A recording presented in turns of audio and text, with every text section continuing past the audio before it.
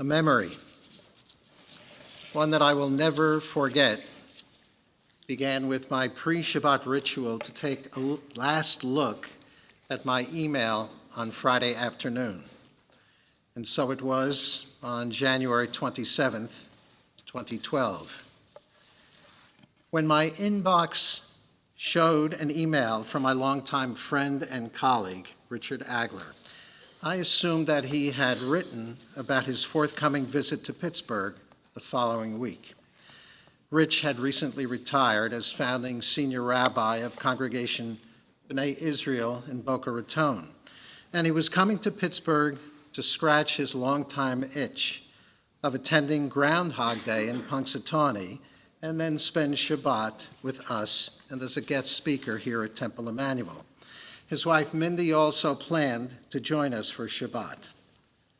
Then I opened Rich's email and read, "With inexpressible sorrow and loss, we inform you of the sudden passing of our daughter and sister, Talia, on Friday, January 27th, in Washington, D.C. Tally was jogging along the National Mall when she was struck by an automobile and fatally injured on Thursday evening. Tally sought to better the world and succeeded in doing so through her work, through her wit, and through her love. Her memory is more of a blessing than we can say." That Sunday was memorable for its beauty here at Temple Emmanuel.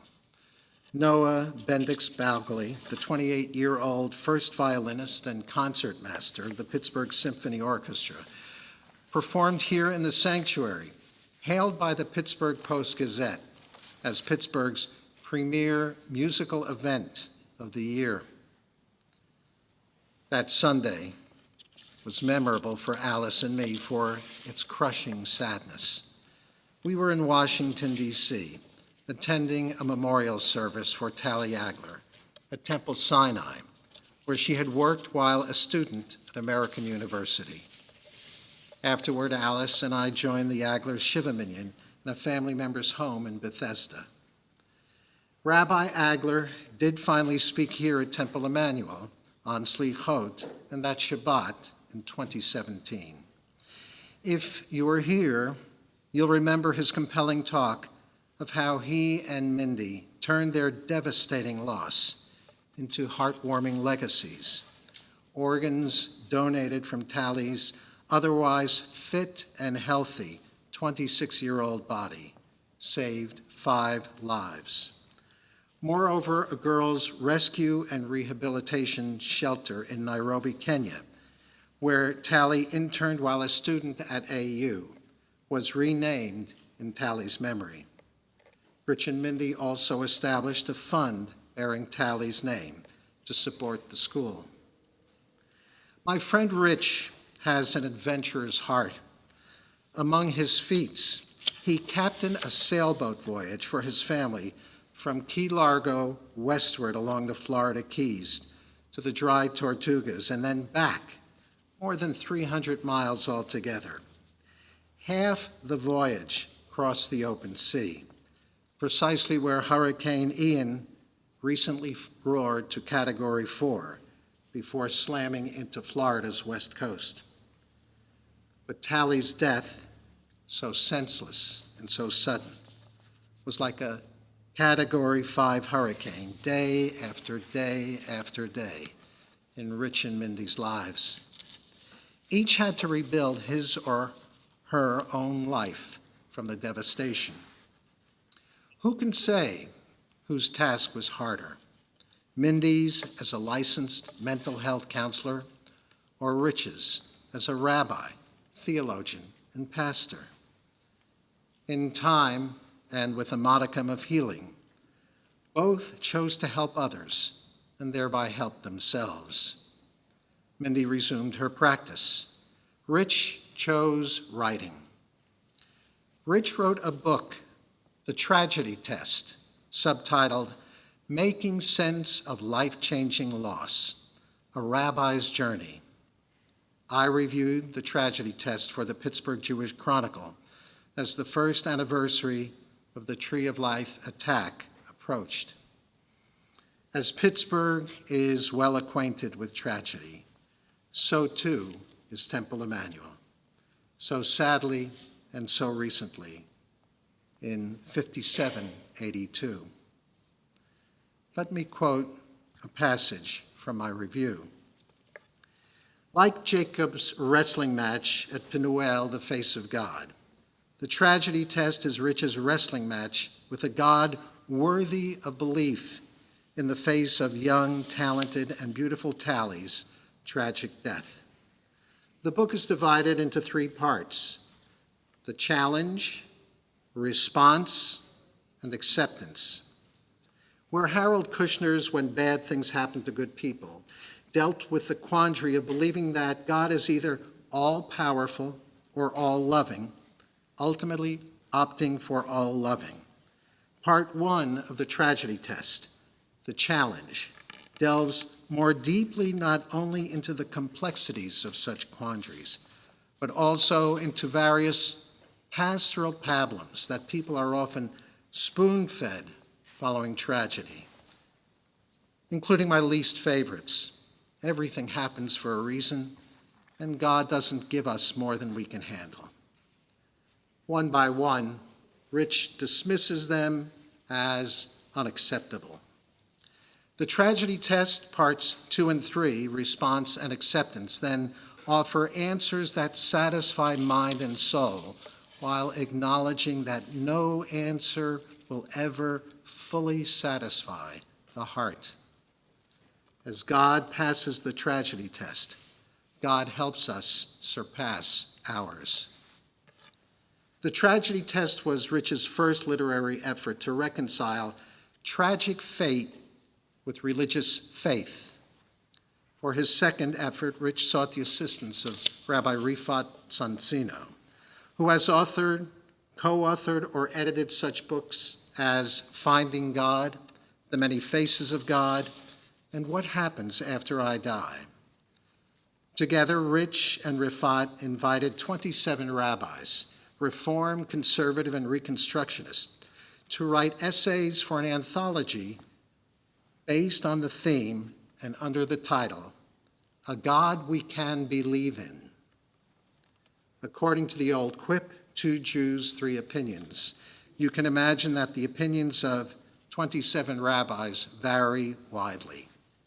Each rabbi has his or her unique approach to God. The author of children's books on God, the recovering alcoholic who wrote anonymously, the self-described reverent agnostic, the former chemical engineer, the philosopher, and so on. Yet all of the rabbis ultimately describe the God of their beliefs. Of course, ever since Moses asked God's name at the burning bush and God responded, Ehyeh asher ehyeh, I am who I am, or I will be what I will be, God has been perceived uniquely in infinite ways. Some of the rabbis cite issues confronting religion in general, society's decline of trust in all former bedrock institutions, the diminution in religious belief from generation to generation, and recently the existential challenges of the pandemic. Some rabbis cite aspects of Jewish tradition that ring hollow, not hallowed, in Jewish prayer, in Jewish particularism. Anti-Semitism and its apotheosis, the Holocaust, pose huge hurdles to other. I do not recall any rabbi who raised these latter issues then facing up to them by ascribing blame where blame belongs, on humanity's capacity for inhumanity. One of the final essays in A God We Can Believe In raises the biggest question. What about death? What about death, in fact, is the title of the essay written by Rabbi Simeon Maslin, past president of the Central Conference of American Rabbis and the longtime senior rabbi at Knesset Israel, Philadelphia's flagship congregation. Adding poignance to his essay, and as noted in A God We Can Believe In, published last April, Rabbi Mahler died last February at the age of 90. Mahler's essay bursts bubbles of hope in immortality from the pagan world that found their way into Judaism, and from Judaism into Christianity and then Islam. However, Rabbi Mahler found immortality in science. He wrote, "Through the genes we inherited, we were slaves in Egypt. We stood at Sinai. We sat in the academies of Hillel and Akiba. All of this is in our DNA. We are immortal." He then concluded, "When the mind of God created our world and the organisms that would evolve into Homo sapiens billions of years ago, that infinite mind created genetic codes that would evolve along with their carriers and that would survive through all the generations, from the primordial ooze to you and me today. That evolutionary spiral was designed by God, the God who is the source of life, the God who is infinitely beyond human understanding, the God whose love makes it possible for us to continue the search of Moses, Spinoza, and Einstein. That is our immortality." By turning to science, Rabbi Mahler touched upon stunning truths long espoused by Judaism, truths that science eventually acknowledged as fact. To begin at the beginning, Socrates, Plato, and Aristotle proposed that the universe itself is eternal. Modern astrophysics now confirm what the Torah has always taught. The universe was created. Moreover, Torah teaches that to understand creation is to understand the Creator. Similarly, science today says that all matter that exists today, all matter that we are, was created at the moment of creation, 13.7 billion years ago. Thus, science now affirms the blessing after the reading of the Torah that we have recited for millennia, V'chayei olam nata b'tochenu, that God has implanted within us eternal life. And 13.7 billion years is just the beginning of eternity. With all due respect, Rabbi Mahler seemed to overlook the existential reality of mortality. Regardless of the times we look in the mirror as we age and see the face of our father or mother as they aged, regardless of how much we see our children's faces in the photographs of our own childhood, and despite the indescribable nachas and blessing of grandparents to know and to see such traits living in our grandchildren, they are not us, and we are not them. We enter this universe as unique individuals, and so too do we depart from it. But God bless Rabbi Mahler for crediting everything precious and sacred to God's love. The greatest gift God's gift of life bestows is the gift of love. For in God's love, created in God's image, we have the capacity to love and to be loved in return. I asked my good friend Rich how many of the rabbi authors use the word, that all-important word, the nonpareil and exquisite sine qua non, love. A simple find on his computer, and Rich found love in 23 of the 27 rabbis' essays. Oh, how I love rabbis. Although I did not ask, Rich also told me that one rabbi used the word love more than any other rabbi. Yours truly. I claim no expertise on love. If I wrote of love more than other rabbis, it was only my effort to describe the God we can believe in and love, even if our love is only a fraction of the love God has given us with this gift of life. But I will claim this: as we now approach the end of the annual reading cycle of the Torah, Moses approaches the end of his life. Martin Buber offered this insight regarding Moses facing his mortality. He wanted more time. Don't we all? Moses lived to 120, and he wanted more time. How much the more so for us and for all of our loved ones.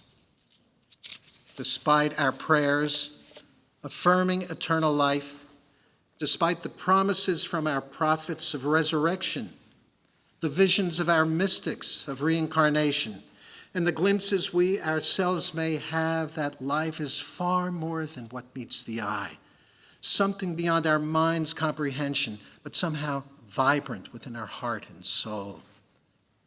This we know for certain. The time comes for all of us when we will have no more time. And the death of every loved one is a life-changing loss. Yet there remains something wondrous and reassuring, sacred and loving that we can also claim for certain. We are all in this together, including God. I'm grateful to my friend Rich for having invited me to contribute to a God we can believe in. That so many of the essays are exceptional adds to my gratitude. Because of the book's many insights and inspirations, I purchased copies for Rabbis Aaron and Emily Meyer and Temple President Michelle Markowitz, as well as a copy to borrow from the library, which I dedicated to you, the members of Temple Emmanuel, who have inspired me over the many years. If you would like to purchase a copy, please send me an email after Yom Kippur, and I will tell you how to purchase a copy so that the proceeds go to the Tally Agler Girls Shelter in Nairobi. The title of my essay is Hebrew Lessons. The subtitle states my essay's intent: to discover the divine, to reveal the truly human. At one point, I discuss Yizkor and Neshamot, this memorial service intertwining memory and mortality. Yizkor Neshamot assures us that as we remember our loved ones' souls, God remembers them as well. Such is God's eternal love for them and God's eternal love for us.